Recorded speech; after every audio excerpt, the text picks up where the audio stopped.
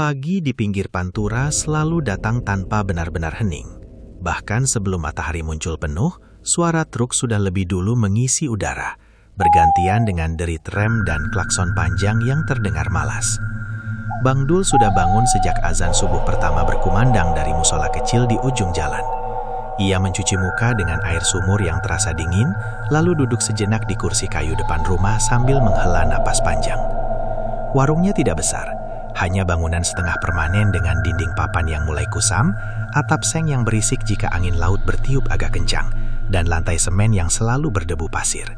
Tapi dari tempat itulah Bang Dul menggantungkan hidup. Nasi, sayur lodeh, telur dadar, kopi hitam, dan teh panas. Menu sederhana untuk orang-orang yang hidupnya juga sederhana. Ia membuka warung pelan-pelan, menyapu halaman yang tak pernah benar-benar bersih dari pasir. Istrinya membantu dari dapur, menanak nasi sambil sesekali menguap. Tidak banyak bicara di pagi hari. Keduanya paham, hari akan panjang. Pelanggan pertama biasanya sopir truk yang berhenti sebentar sebelum melanjutkan perjalanan. Mereka makan cepat, minum kopi panas, lalu pergi tanpa banyak tanya. Bang Dul hafal kebiasaan itu. Ia hafal wajah-wajah lelah, mata merah kurang tidur, dan obrolan ringan soal jalan macet atau harga solar. Siang hari warung agak sepi. Hanya warga sekitar yang mampir membeli rokok atau sekedar duduk berteduh. Bang Dul sering duduk di bangku panjang sambil menghitung uang di laci kayu kecil. Tidak pernah banyak, selalu cukup untuk belanja besok tapi jarang lebih. Namun ia terbiasa dengan itu. Hidup menurutnya memang begitu adanya. Menjelang sore, angin dari laut mulai terasa lebih kuat. Bau asin bercampur asap kendaraan masuk ke warung tanpa permisi. Bang Dul menutup sebagian tirai plastik agar debu tidak terlalu masuk. Ia menyalakan lampu bohlam kuning lebih awal, karena langit Pantura cepat gelap. Malam datang bersama keramaian kedua. Truk-truk besar kembali berdatangan, warung kembali hidup.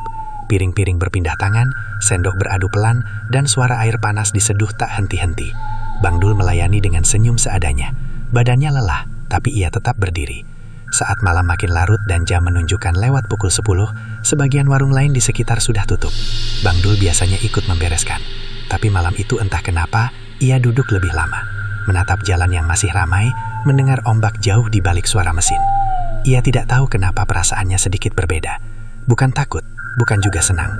Hanya seperti ada waktu yang berjalan lebih pelan dari biasanya. Angin malam bertiup lebih dingin, membuat lampu bergoyang pelan. Bang Dul menguap, lalu berdiri. Besok masih harus bangun pagi. Ia mematikan sebagian lampu, menutup warung seperti biasa, tanpa tahu bahwa rutinitas sederhana inilah yang perlahan akan bergeser. Tidak hari ini, tidak besok, tapi suatu saat, di jam-jam yang tak pernah ia perhitungkan sebelumnya.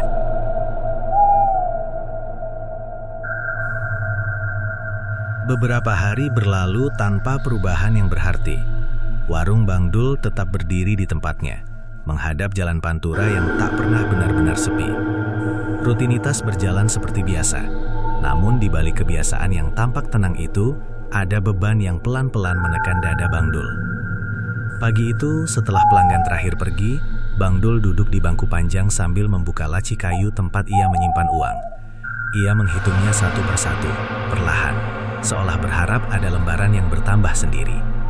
Tapi jumlahnya tetap sama.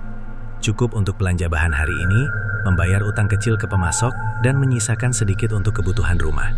Tidak lebih. Istrinya keluar dari dapur membawa secangkir teh hangat. Wajahnya terlihat lelah, tapi tetap berusaha tersenyum. "Uang sekolah bulan depan gimana, Dul?" tanyanya pelan, seolah takut pertanyaan itu terlalu berat. Bang Dul tidak langsung menjawab. Ia hanya menghela napas, menutup laci, lalu menyesap teh yang sudah mulai hambar. "Nanti juga ada jalan," katanya singkat, meski ia sendiri tidak yakin jalan seperti apa yang ia maksud. Siang hari terasa lebih panas dari biasanya. Bang Dul beberapa kali mengelap keringat sambil melayani pembeli. Harga beras naik, minyak goreng makin mahal, sementara pembeli tidak pernah mau tahu. Mereka tetap menawar, tetap meminta harga lama. Bang Dul mengalah, seperti biasa. Menjelang sore, ia duduk sendiri di warung. Jalanan agak lenggang. Hanya suara angin dan debur ombak jauh yang terdengar samar. Dalam diam, pikirannya melayang ke banyak hal. Hutang lama yang belum lunas, kebutuhan anak, dan rasa capek yang tidak pernah benar-benar hilang meski tidur cukup. Saat azan maghrib berkumandang dari musola ujung jalan, Bang Dul berdiri untuk berwudu. Tapi langkahnya terhenti. Ada 2 truk besar berhenti hampir bersamaan. Supirnya turun dan langsung memesan makanan. Bang Dul ragu sejenak, lalu kembali ke dapur. Sholat maghribnya tertunda. Ia berjanji dalam hati akan menggantinya nanti.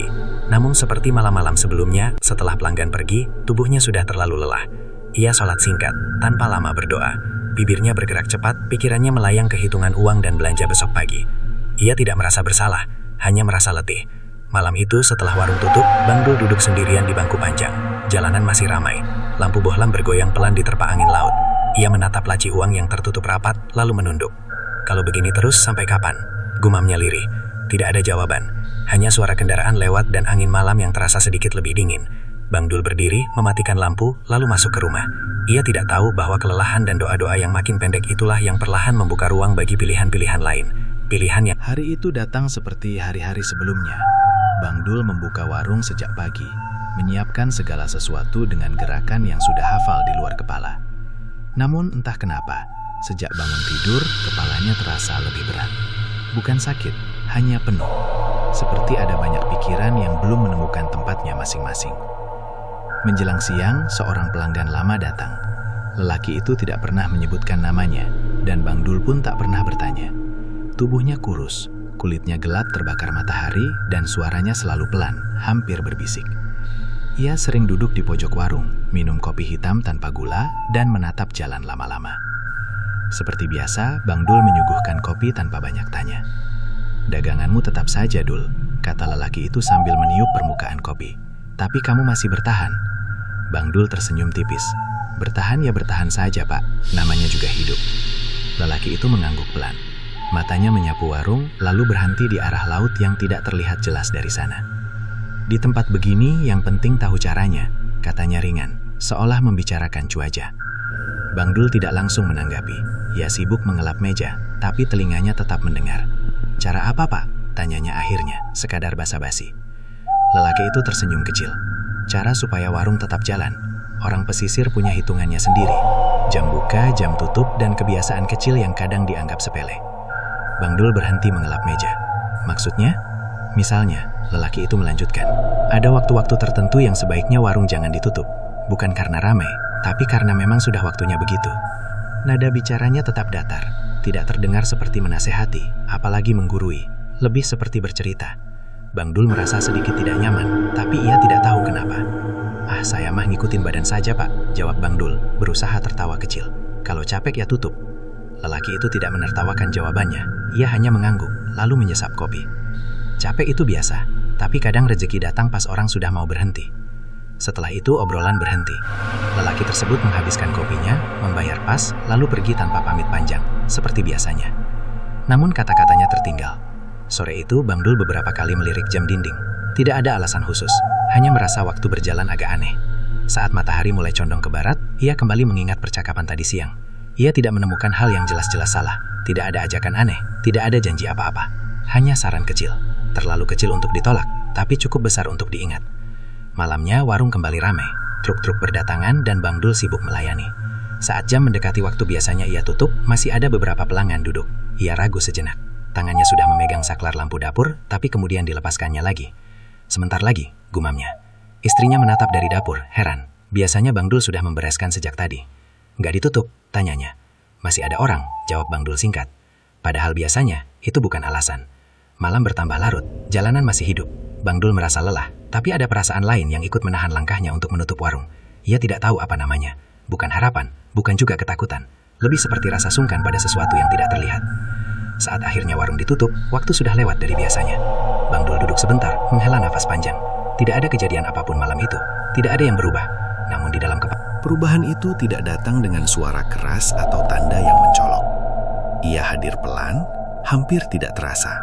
Seperti angin laut yang masuk ke sela-sela pakaian tanpa pernah diminta. Bang Dul sendiri baru menyadarinya setelah beberapa malam berlalu. Awalnya hanya kebetulan. Warung yang biasanya sepi setelah pukul 10, kini masih didatangi 1-2 truk yang berhenti lebih lama. Sopirnya turun dengan wajah lelah, memesan makan, lalu duduk sambil mengobrol ringan. Bang Dul melayani seperti biasa, meski matanya sudah berat dan punggungnya terasa kaku. "Biasanya jam segini sudah tutup ya?" tanya salah satu sopir. Bang Dul tersenyum kecil. "Iya Pak, ini lagi kebetulan saja." Namun kebetulan itu terulang. Malam berikutnya, lalu malam setelahnya. Jam dinding bergerak melewati waktu tutup, tapi warung tetap hidup. Lampu bohlam kuning menyala lebih lama, piring-piring terus berganti, dan kopi panas tak berhenti diseduh. Bang Dul mulai terbiasa. Ia tidak lagi melihat jam terlalu sering. Tubuhnya memang lelah, tapi ada rasa puas yang sulit dijelaskan ketika laci uang terasa lebih berat dari biasanya. Tidak banyak, tapi cukup untuk membuatnya menghela napas lebih lega. Istrinya memperhatikan perubahan itu dari dapur. "Kok sekarang sering tutup malam banget?" tanyanya suatu malam. Bang Dul mengangkat bahu. "Lagi ramai, sayang kalau ditolak." Tidak sepenuhnya bohong, tapi juga tidak sepenuhnya jujur. Ia sendiri tidak tahu kenapa kalimat itu keluar begitu saja. Malam-malam Pantura terasa berbeda. Angin lebih dingin, suara ombak lebih jelas saat jalanan agak lengang. Ada saat-saat ketika warung mendadak sepi beberapa menit, lalu tiba-tiba satu truk berhenti seolah sudah tahu tempat itu masih buka. Bang Dul pernah berdiri di depan warung, memandang jalan lurus yang memanjang gelap, bertanya dalam hati bagaimana mereka tahu. Tapi pertanyaan itu tidak pernah lama tinggal. Kesibukan selalu datang lagi. Suatu malam, setelah pelanggan terakhir pergi, Bang Dul menghitung uang sambil duduk di bangku panjang. Tangannya berhenti sejenak. Jumlahnya lebih dari biasanya. Tidak besar, tapi jelas berbeda. Ia tersenyum tanpa sadar. "Alhamdulillah," gumamnya pelan. Namun ada hal kecil yang mengganggu. Di sela suara malam, ia merasa seperti ada yang masih duduk di salah satu bangku, meski matanya melihat kosong. Perasaan itu cepat ditepis. Ia menganggapnya lelah. Hari-hari berikutnya berjalan dengan pola baru. Siang tetap sepi, malam makin hidup. Bang Dul mulai mengatur belanja lebih banyak, menambah stok. Utang lama sedikit demi sedikit terbayar. Wajahnya terlihat lebih segar, meski tidurnya berkurang. Tetangga mulai berkomentar, "Warungmu sekarang laris, Dul." "Rezeki orang sabar," jawabnya sambil tertawa kecil.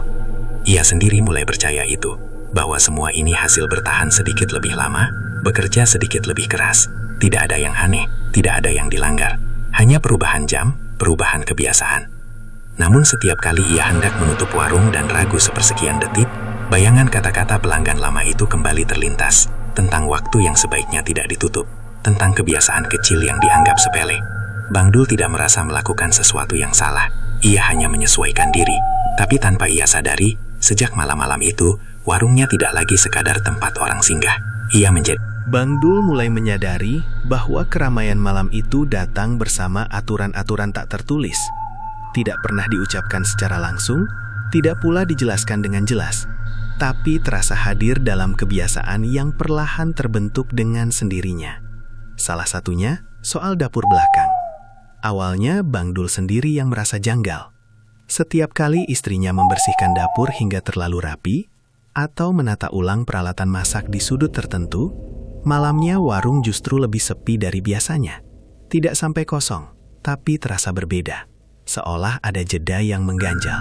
Sebaliknya, jika dapur dibiarkan apa adanya, panci di tempat lama, ember air tidak dipindah, dan pintu belakang hanya ditutup setengah, malam itu selalu saja ada pelanggan yang datang lebih lama dari perkiraan.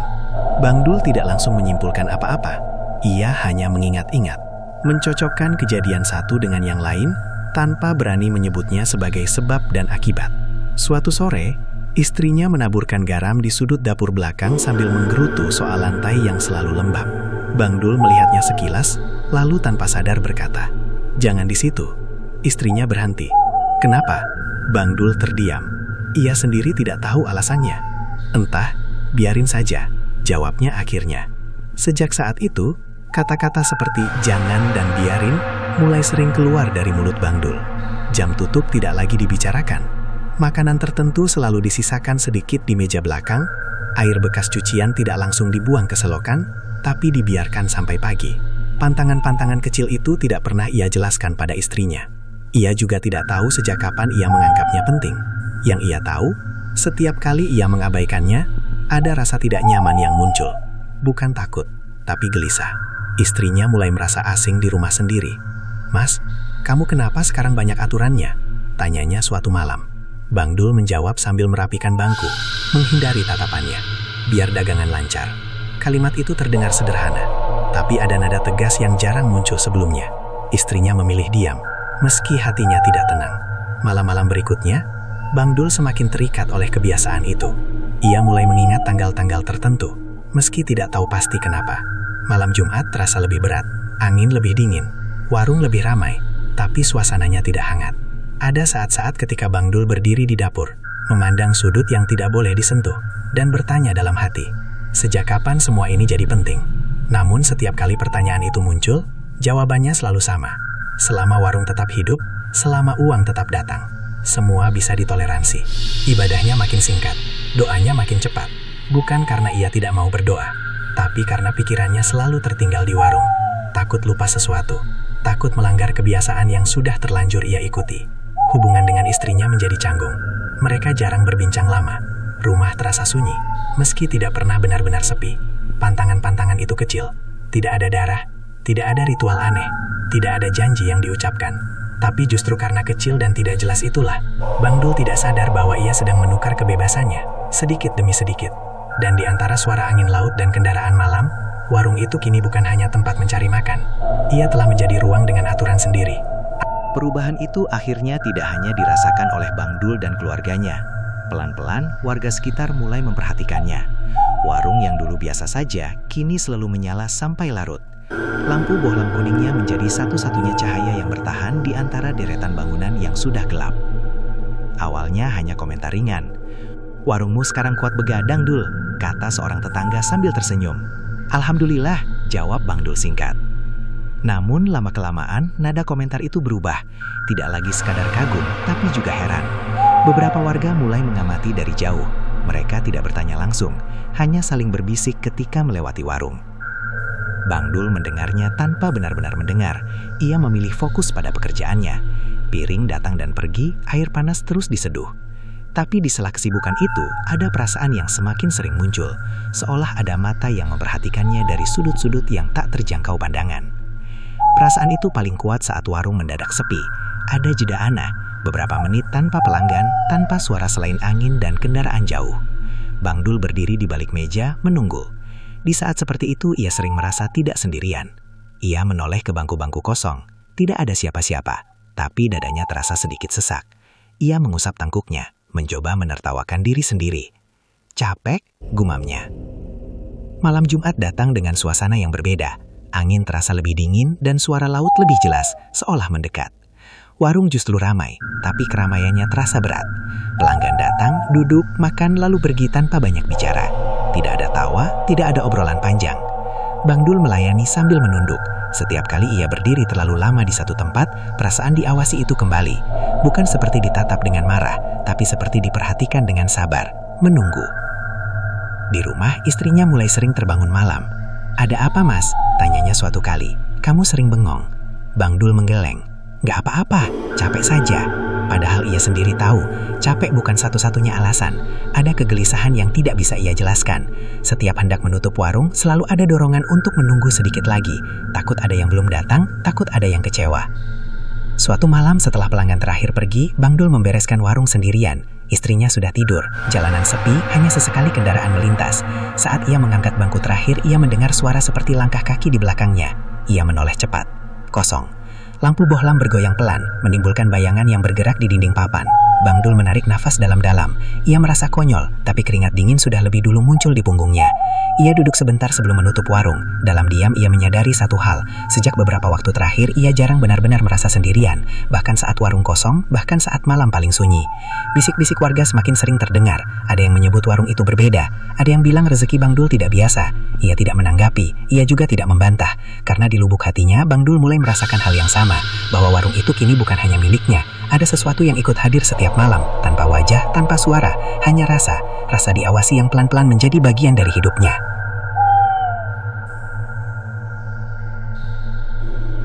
Uang di laci warung kini tidak lagi setipis dulu. Bang Dul bisa melihatnya setiap malam saat ia menghitung hasil dagangan. Lembaran kertas itu bertambah, koin-koin memenuhi sudut laci, dan kebutuhan harian tidak lagi membuatnya terlalu pusing. Utang lama hampir lunas. Istrinya sesekali bisa membeli lauk yang sedikit lebih layak.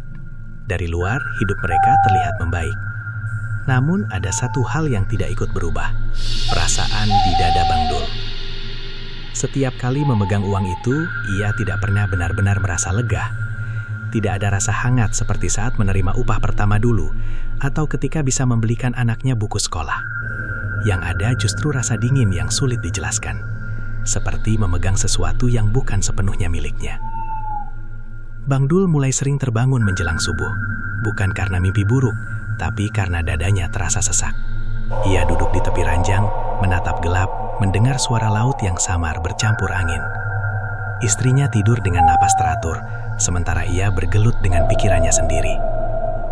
Ia bangkit untuk sholat, tapi gerakannya terasa kosong. Bacaan doa meluncur dari bibir, namun hatinya tertinggal di warung. Ia merasa seperti sedang diawasi, bahkan di dalam rumahnya sendiri. Bukan dengan ancaman, melainkan dengan kehadiran yang tenang dan sabar. Siang hari, Bang Dul sering duduk melamun di bangku warung. Pelanggan datang dan pergi, tapi ia seperti tidak sepenuhnya ada. Ia mulai menyadari bahwa ia jarang tertawa lepas, senyumnya hanya sekadar kebiasaan. Istrinya merasakan jarak itu. "Mas, kamu gak apa-apa?" tanyanya suatu sore. Bang Dul mengangguk, "Cuma capek." Jawaban yang sama berulang kali. Ia tahu istrinya tidak sepenuhnya percaya, tapi tidak ada kata lain yang bisa ia gunakan. Bagaimana menjelaskan rasa tidak tenang yang datang tanpa sebab jelas? Malam-malam kembali ramai, tapi Bang Dul mulai merasa keramaian itu tidak bersahabat. Pelanggan datang, duduk, makan, lalu pergi. Tidak ada kehangatan, tidak ada basa-basi. Seolah mereka hanya singgah karena memang harus begitu. Suatu malam saat menghitung uang, Bang Dul berhenti lama. Tangannya gemetar sedikit. Ia teringat doa-doa yang dulu ia panjatkan dengan harap. Ia teringat rasa lelah yang dulu terasa jujur. Sekarang segalanya terasa seperti hasil dari sesuatu yang tidak ia pahami sepenuhnya. Ia mencoba menutup laci lebih cepat, seolah tidak ingin menatap isinya terlalu lama.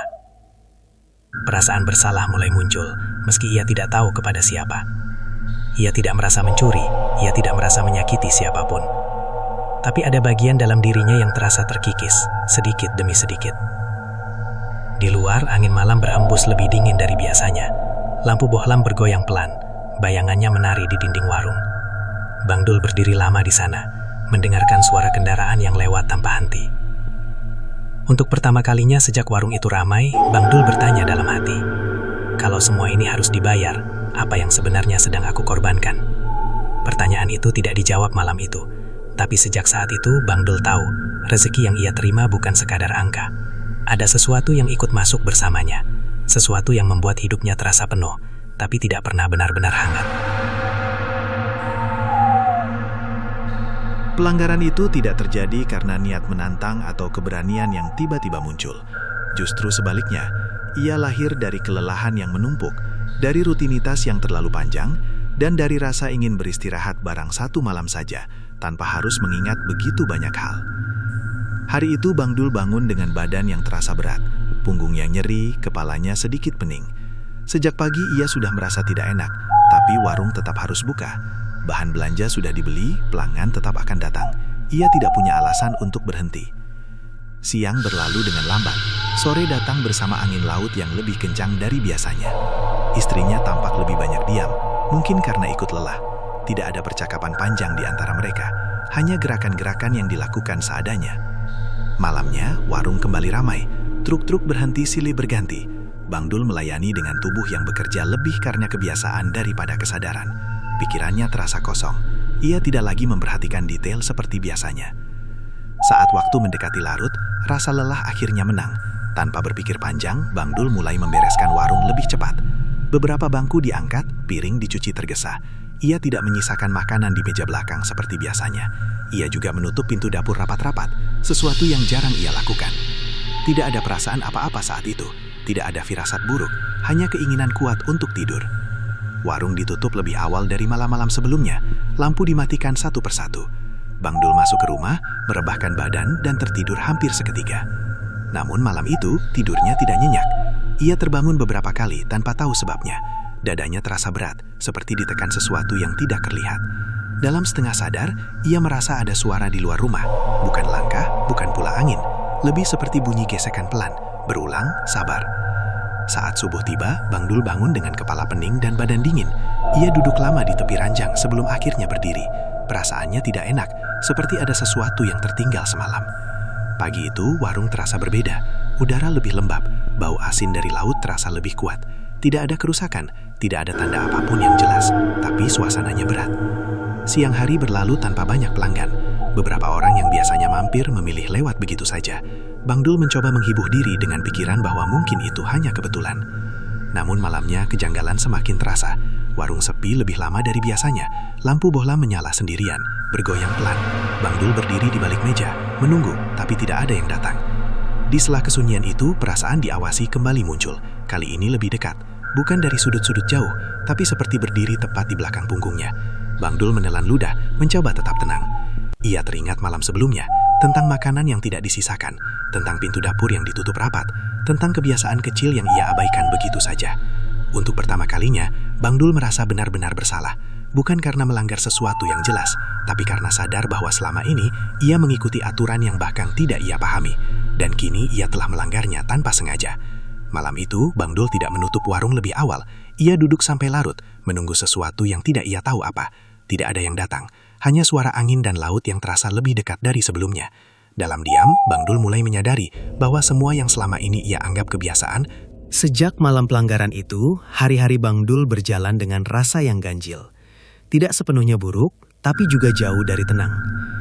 Warung masih buka seperti biasa, namun keramaiannya tak lagi bisa ditebak. Ada malam-malam yang kembali hidup, seolah tidak pernah terjadi apa-apa. Ada juga malam panjang yang sunyi, membuat Bang Dul duduk berjam-jam, hanya ditemani suara angin dan debur ombak dari kejauhan.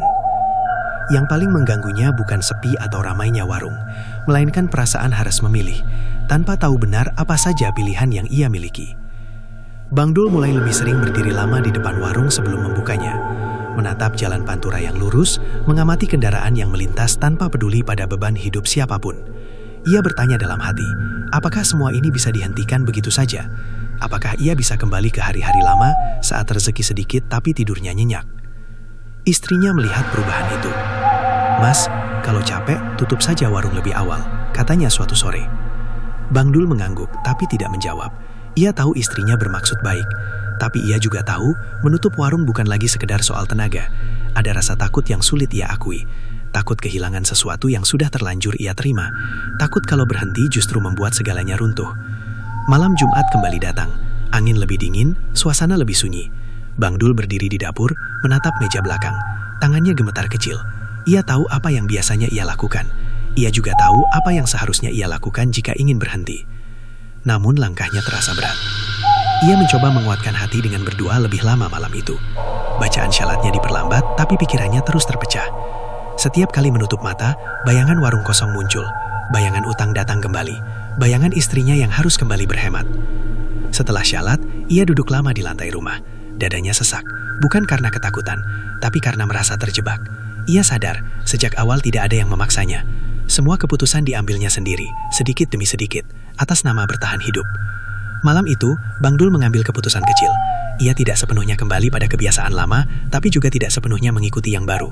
Ia menyisakan makanan tapi tidak seperti dulu. Ia menutup dapur tapi tidak rapat. Ia berdiri di tengah-tengah, berharap bisa menenangkan semuanya. Hasilnya justru membuatnya semakin gelisah. Warung malam itu ramai sebentar, lalu sepi mendadak. Beberapa pelanggan datang dengan wajah datar, makan tanpa bicara, lalu pergi. Tidak ada kehangatan, tidak ada kepuasan. Bang Dul duduk sendirian setelah warung hampir kosong. Lampu bohlam menyala redup. Ia menatap tangannya sendiri, merasa asing dengan hidup yang ia jalani. Untuk pertama kalinya, ia benar-benar mengakui dalam hati. Pilihan yang ia ambil selama ini bukan lagi tentang ingin atau tidak ingin, tapi tentang berani atau tidak berani kehilangan. Ia bisa bertahan dengan semua aturan tak terlihat itu, atau ia bisa melepaskan dan menerima apapun akibatnya. Tidak ada jalan tengah, tidak ada cara aman. Di luar, jalan pantura tetap hidup. Kendaraan terus melaju, waktu tidak menunggu siapapun. Bang Dul menarik napas panjang. Ia tahu, apapun yang akan terjadi setelah ini, tidak ada lagi alasan untuk berpura-pura tidak tahu. Pilihan itu kini ada di tangannya, dan untuk pertama kalinya sejak lama, ia sadar bahwa harga dari setiap pilihan tidak